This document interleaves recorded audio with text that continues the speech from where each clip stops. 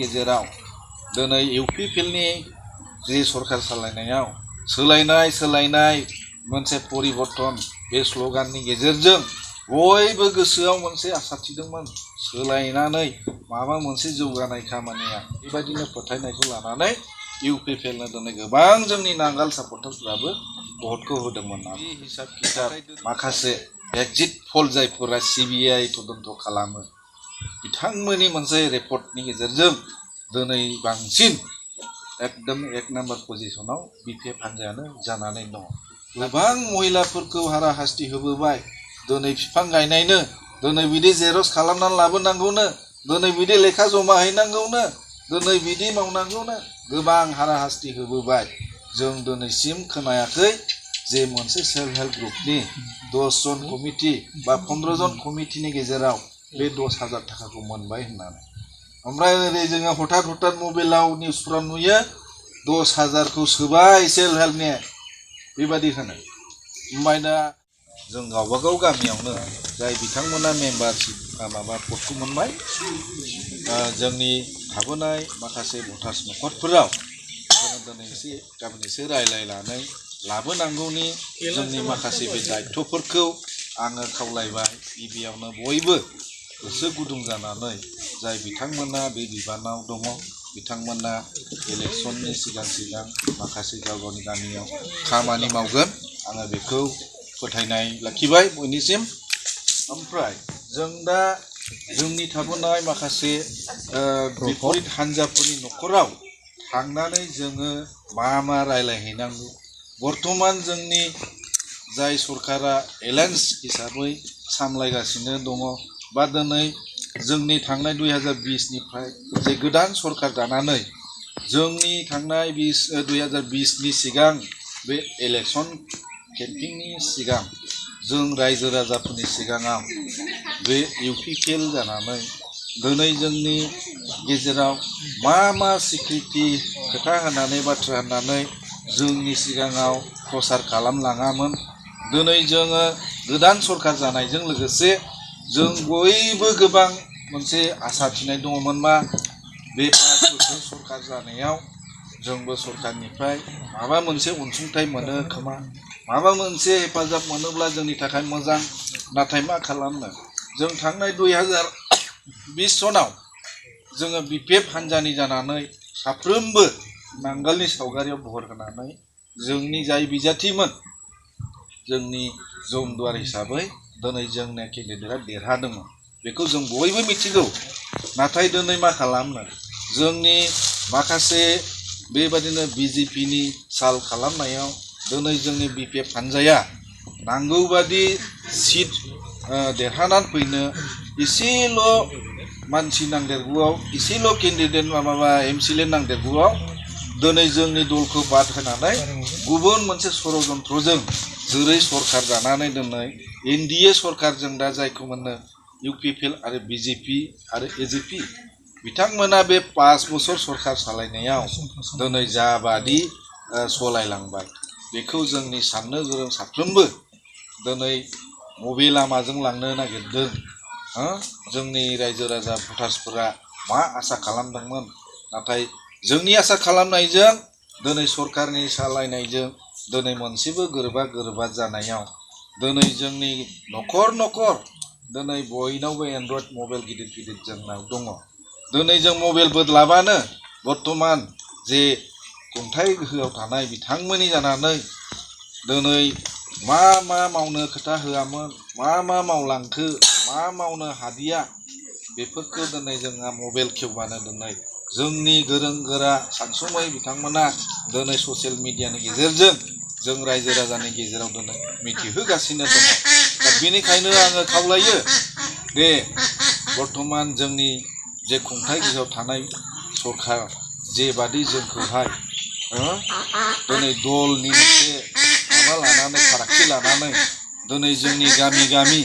जाय बिथांमोना बिजेपिआव थाबाय जाय बिथांमोना इउपिपिएलआव थाबाय जोंनि बिपिएफ हान्जानि न'खरफोरनो दिनै सोरबाया अरुनदय मोननांगौब्लाबो जोंनि हान्जानि महिलाफोरनो होनाय जायाखिसै। जोङो दिनै माबा मोनसे मोननांगौब्लाबो दिनै जोंनि नांगालनि सापर्ट जानाय जोंनि गोरिब गुरबा न'खरफोरनो दिनै बिथांमोना जोंनो सेलेक्ट खालामनानै होआखिसै बेफोर गासै फरमाना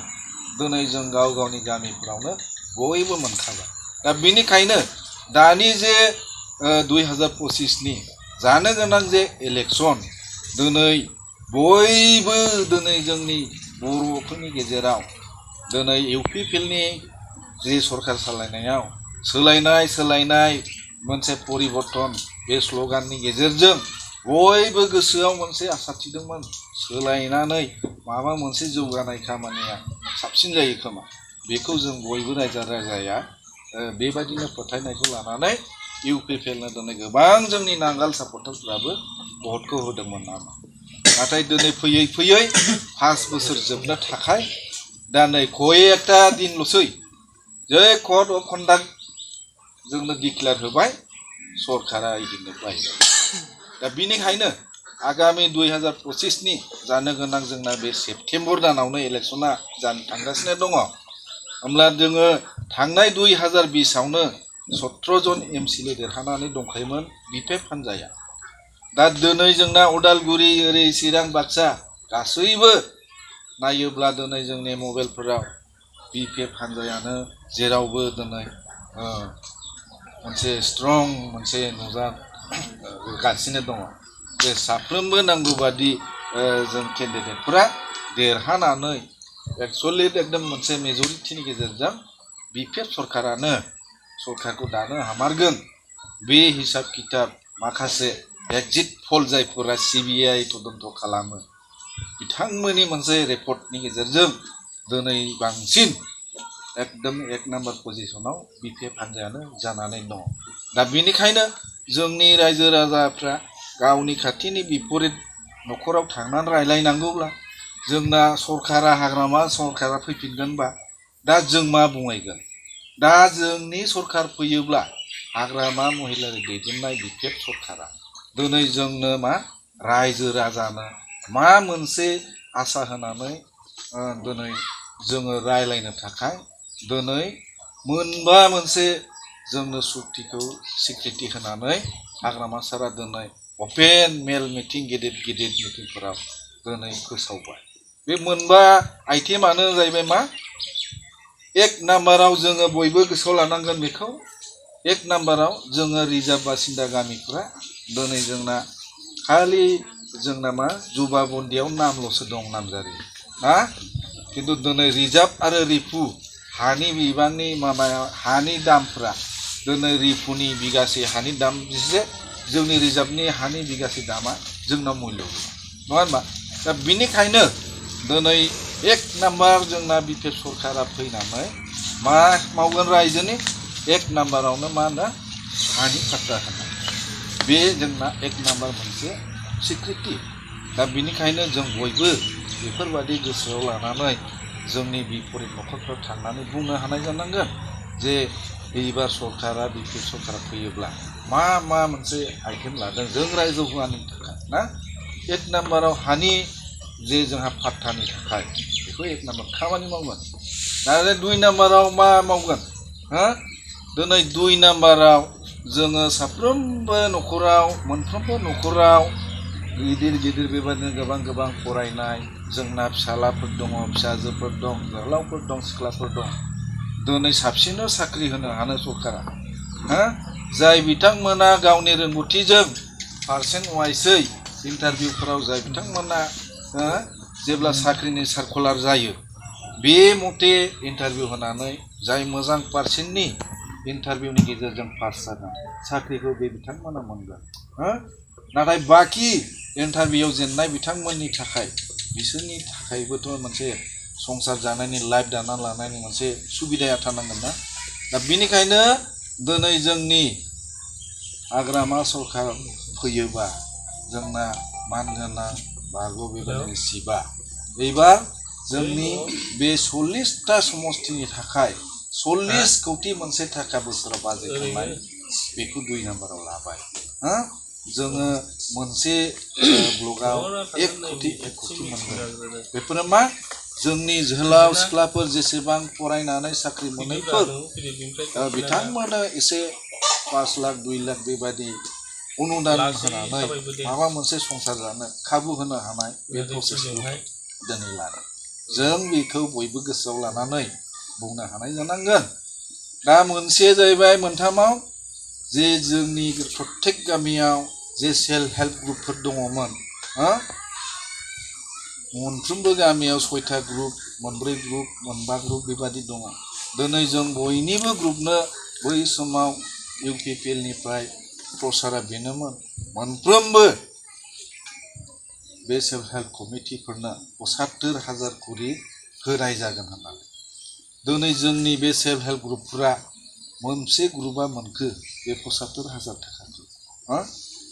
दिनैसिमथ' खोन्थानो रोंफेरा रावबो मोनाखै अब्ला आरो मा खालामबावदों बे सेल्फ हेल्प ग्रुपफोरखौ जे फांसे दंफां गायोब्ला फांसे दंफां गायोब्ला बिदि मोनगोन मा होनबाय सासेयाव 10,000 करि मोनगोन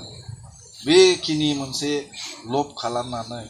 गोबां महिलाफोरखौ हाराहास्ति होबोबाय दिनै बिफां गायनायनो दिनै बिदि जेरक्स खालामनानै लाबोनांगौनो दिनै बिदि लेखा जमा हैनांगौनो दिनै बिदि मावनांगौनो गोबां हाराहास्ति होबोबाय जों दिनैसिम खोनायाखै जे मोनसे सेल्फ हेल्प ग्रुपनि